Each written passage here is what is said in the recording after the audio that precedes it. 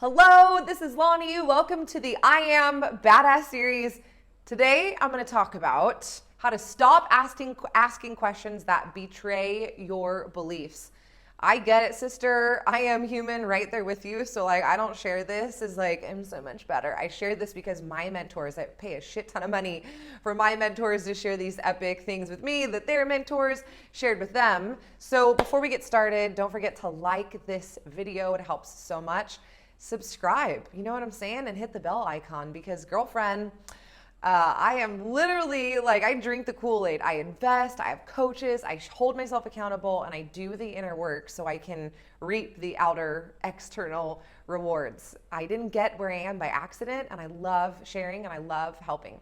So, okay, we're gonna talk about how to ask the right questions, how to ask empowering questions, and how to stop asking questions that betray your beliefs. And then we'll go even deeper into why we do that. But I can guarantee you right now, I want you to sit up tall right now. I already have goosebumps. And I want you to take an honest check-in with yourself, because as positive people, I always get a lot of super positive women. So as positive people, we always want to sugarcoat the truth.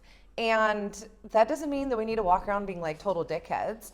But that means that if we're not honest with ourselves, if we're not if it's oh, it's not that bad, or I don't really care that much, or I don't want it that much anyway, or I should just be grateful for what I have.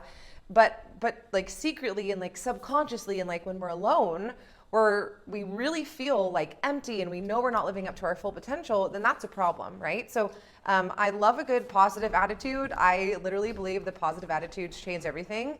My puppies are going crazy pants. Guys, we're filming a video. Yeah, calm down. They are just living their best life over here in Bali. Okay, back to the point.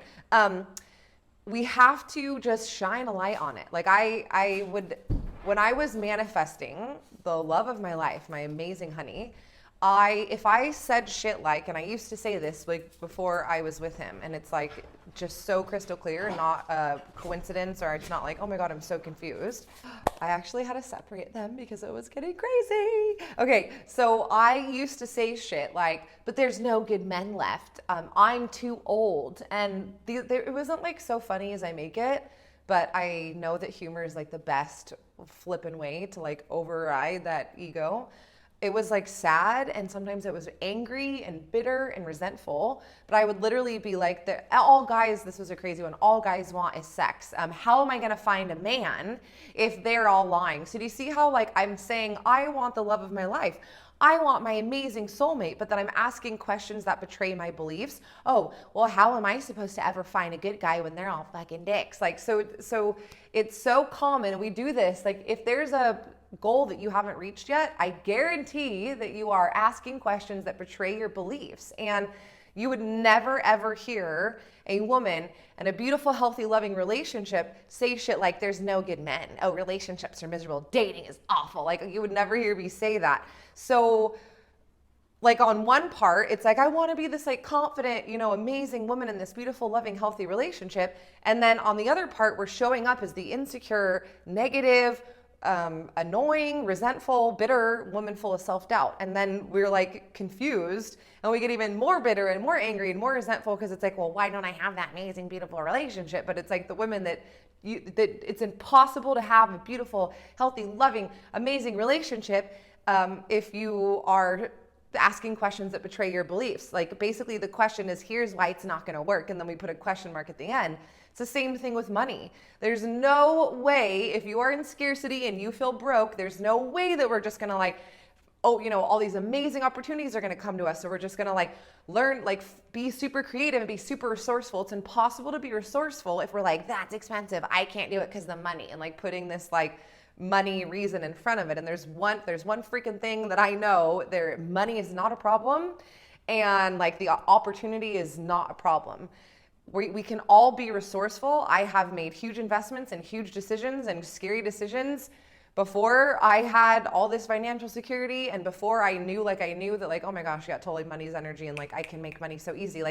I had to start acting like the woman who was financially abundant in order for it to happen. And that's the big gap part that we don't want. It's oh no, I don't want to trust.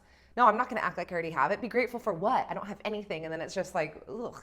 So like you're literally pushing and insert the blanks here, but I just like to give specific examples because we'll be able to see it so easy. Like say that you have a beautiful relationship, but you feel super scarce.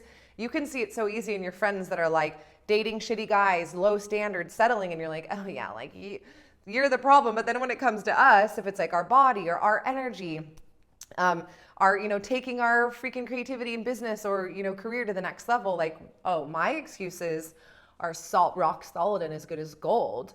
But yeah, you're doing it wrong. You're manifesting wrong. So it's like such a trip how the mind works. But again, I'm not above this. Every time I have a new opportunity or I embark in like this really scary adventure, and scary just means new. It means I've got to do new shit to get to where I want to go, because there's no way that I can keep doing what I'm doing now and reach new goals. I can keep doing what I'm doing now and reach the same goals and stay like where I am, like no growth. And then because of the monotony and the lack of getting out of our comfort zone and the lack of being able to, have self-motivation and strength, because of that muscle, it wouldn't be worked when we're comfortable, then I would actually go backwards. And we actually, old patterns, triggers, sabotaging happens, because it's like if you don't walk for a year, your leg muscles stop working, right? Like that's the same way that I look at my confidence, my self-worth, my connection to God. Like if I quit working it because I'm like, I'm good, like I'm comfortable, I have enough money, I have enough this, I have enough that, I've got my man, I've got my body. Like if I stop working that muscle, it freaking stops working. Like it's